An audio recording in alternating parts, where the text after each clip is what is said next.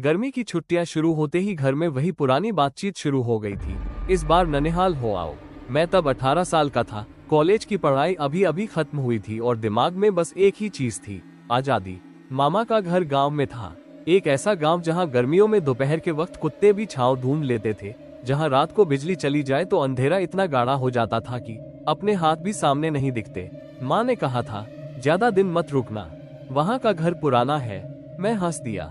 पुराना घर, गांव की कहानियां, ये सब मुझे सिर्फ बकवास लगती थी।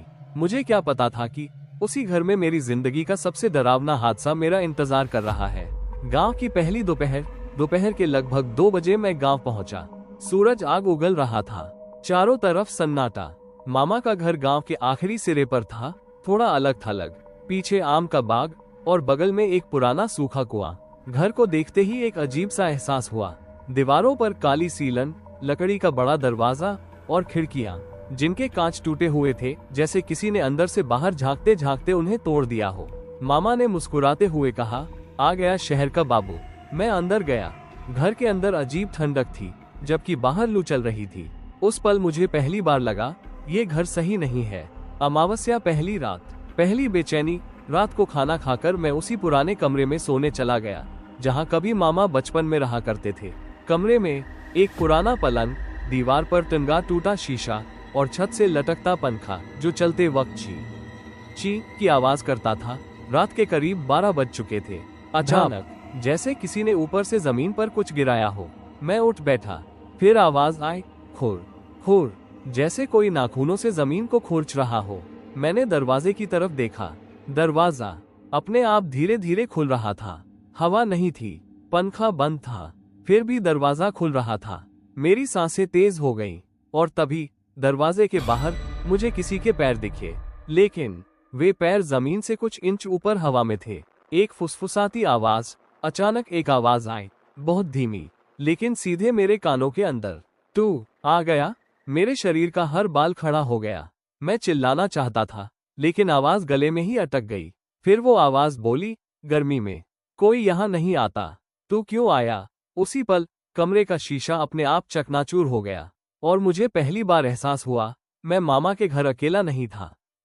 रात भर मेरी आंखों में नींद नहीं थी। दरवाजा अब पूरी तरह खुल चुका था, लेकिन बाहर कोई नहीं था। ना वो हवा में लटके पैर, ना वो फुसफुसाती आवाज।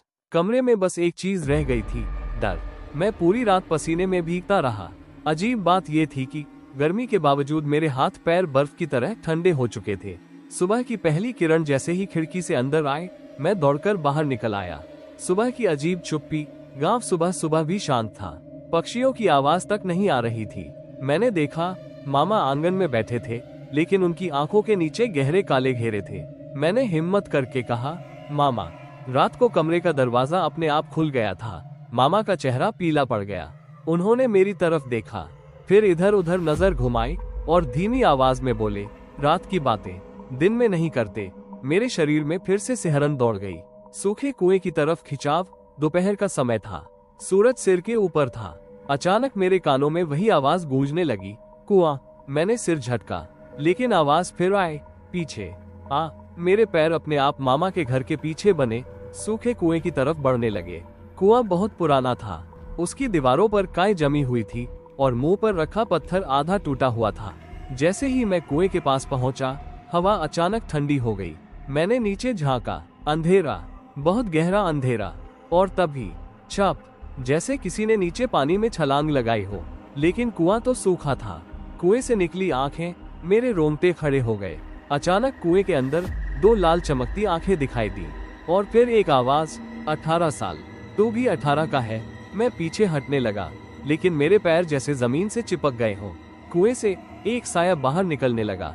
उसका शरीर जला हुआ था, चेहरा आधा गला हुआ और गर्दन असामान्य तरीके से टेढ़ी। वो बोला, हर गर्मी में एक आता है। मैं चीख पड़ा। उसी पल किसी ने मेरा हाथ जोर से पकड़ा।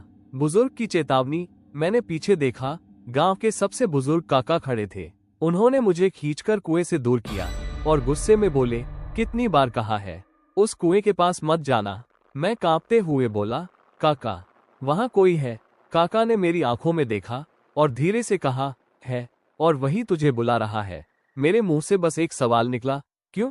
काका की आवाज कांप गई, क्योंकि तू 18 साल का है। 20 साल पुराना सच। शाम को काका ने मुझे सब बताया।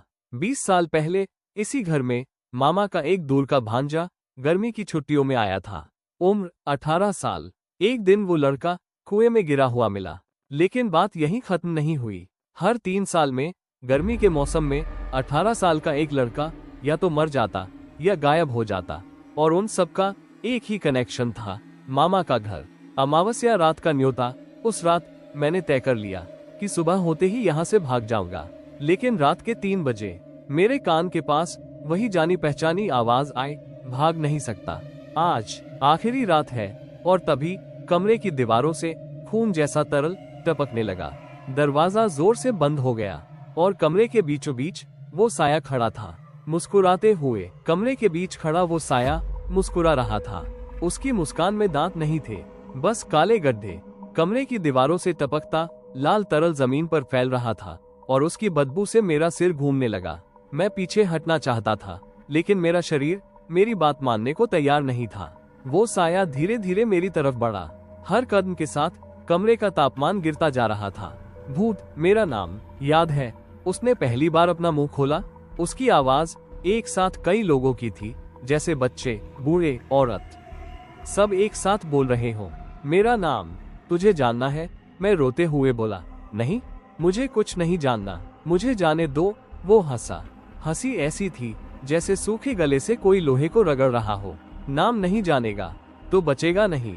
अचानक कमरे की दीवार मेरे सामने से गायब हो गई और मैं खुद को 20 साल पहले उसी घर में खड़ा पाया। फायर 20 साल पहले की वो दोपहर। गर्मी वैसी ही थी, लू वैसी ही चल रही थी। घर के आंगन में एक 18 साल का लड़का बैठा था। उसका चेहरा मासूम था, आंखों में सपने। वो वही लड़का था जो बाद में मरा, और उसके सामने खड़ा था मेरा मामा। लेकिन उस समय मामा जवान थे और उनकी आंखों में कुछ गलत चमक रहा था, प्यास जो इंसान नहीं होती। साया बोला, वो लड़का मेरी पहली देह था। मैं कांप गया। दृश्य बदलने लगे। मैंने देखा गर्मी की वजह से गांव में पानी की भारी कमी थी। लड़के ने कुएं से पानी खींचने की कोशिश की, तभी मामा वहां आए। उन्होंने लड़के से कहा, नीचे और पानी है, बस थोड़ा और झुक। लड़का झुका और अगले ही पल मामा ने उसे पीछे से धक्का दे दिया। छपाक। लड़के की चीख कुएं की दीवारों से टकराकर लौट आए, लेकिन वो कुआं सूखा था। लड़का पत्थरों पर गिरा। हड्डियों की आवाज आज भी मेरे कानों में गूंज रही है। मौत के बाद भी मौत। लड़का मरा नहीं था, वो तड़प रहा था। मामा ऊपर से बस देखते रहे। 3 दिन 3 रात, बिना पानी, बिना रोशनी, बिना मदद। तीसरी रात लड़के ने आखिरी सांस ली, लेकिन मरते वक्त उसने जो किया, उसने श्राप दिया। हर गर्मी में जैसे मुझे तड़पाया गया, वैसे ही 18 साल का एक लड़का इस घर में आएगा। उसी पल उसकी आत्मा कुएं में ही बंध गई। मामा की सजा। दृश्य फिर बदला। मैंने देखा मामा हर गर्मी में डरते थे। उन्होंने गांव छोड़ा नहीं, भागे नहीं, क्योंकि आत्मा ने कहा था, तू देखेगा। हर बार। और सच में हर 3 साल में एक 18 साल का लड़का आया। कुछ मरे, कुछ पागल हो गए, कुछ गायब हो गए, और मामा हर बार बस देखते रहे। स्माइल विद हॉर्न्स, अब तेरा नंबर है। दृश्य अचानक टूट गया। मैं फिर उसी कमरे में था। साया अब मेरे बिल्कुल सामने था। उसने अपना जला हुआ हाथ मेरी छाती पर रखा। ठंड ऐसी जैसे बर्फ दिल के अंदर घुस रही हो। अब तेरा नंबर है, मैं चिल्लाया। नहीं, मैंने कुछ नहीं किया। वो फुसफुसाया, तेरा कसूर बस इतना है, तू 18 साल का है और तू इस घर में आया है। अचानक कमरे का फर्श गायब हो गया। मैं गिरने लगा, सीधे उसी सूखे कुएं में। गिरते वक्त दिखा सच, नीचे गिरते वक्त मैंने ऊपर देखा। कमरे के दरवाजे पर मामा खड़े थे। उनकी आंखों में आंसू थे, लेकिन उन्होंने मुझे बचाने की कोशिश नहीं की। बस धीरे से बोले, माफ करना। मैं गिर रहा था। हवा कानों के पास से चीखती हुई निकल रही थी। दिल इतनी जोर से धड़क रहा था कि लग रहा था अभी सीना फाड़कर बाहर आ जाएगा। लेकिन हैरानी की बात ये थी, मुझे दर्द नहीं हो रहा था। ना हड्डियां टूटी, ना शरीर टकराया।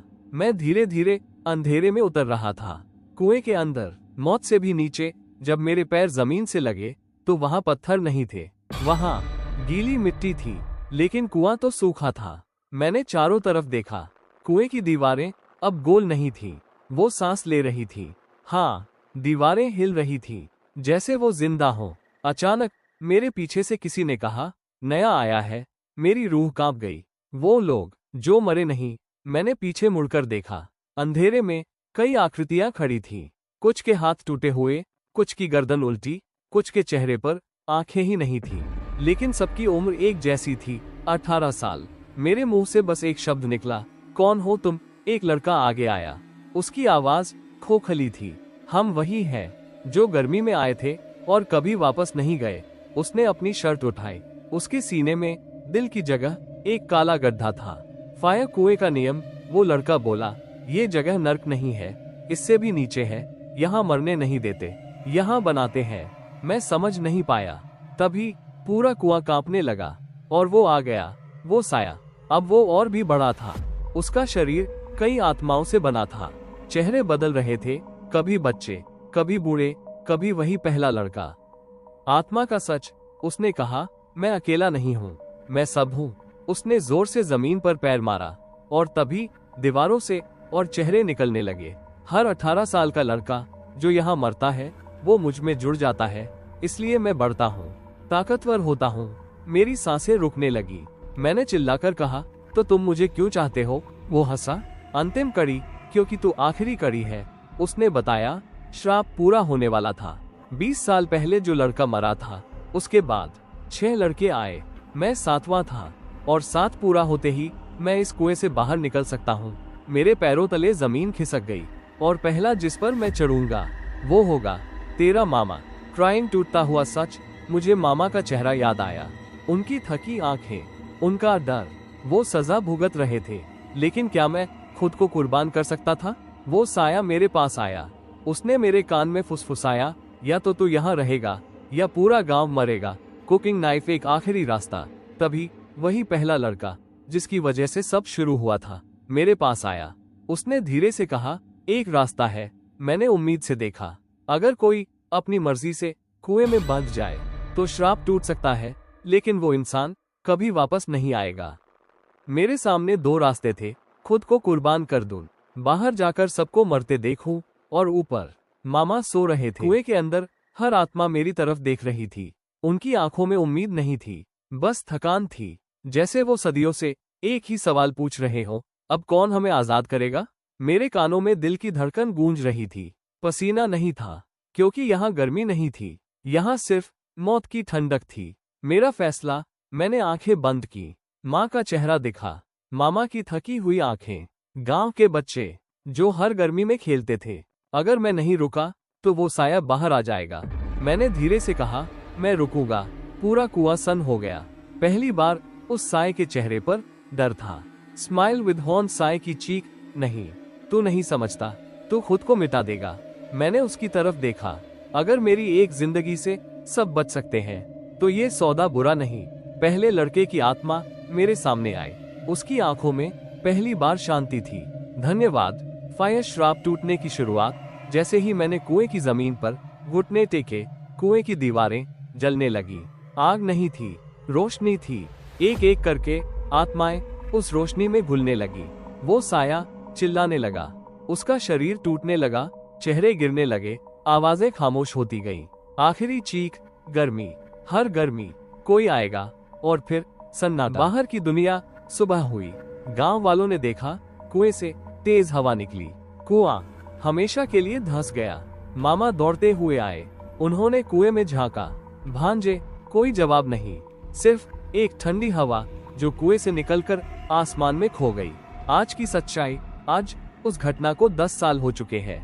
मामा का घर अब बंद रहता है। गर्मी हो या सर्दी, उस घर का दरवाजा कभी नहीं खुलता। लेकिन अमावस्या, आखिरी डरावनी बात, हर साल मई जून की एक रात गांव वाले कहते हैं, सूखे कुएं की जगह से अब भी एक आवाज आती है, मैं यहाँ हूँ। और जो लड़का 18 साल का होता है, अगर वो उस आवाज को सुन ले तो अगले दिन उसकी परछाई गायब हो जाती है। क्या मैं सच में मरा था, या मैं ही वो हूँ जो अब भी उस कुएं में किसी और का इंतजार कर रहा है? अगर कभी गर्मी की छुट्टियों में तुम ननिहाल जाओ और रात को कोई फुसफुसाए, आजा, तो मुड़कर मत देखना, क्योंकि हर कहानी का अंत नहीं होता, कुछ कहानियां अगले शिकार का इंतजार करती है। Smile with horns.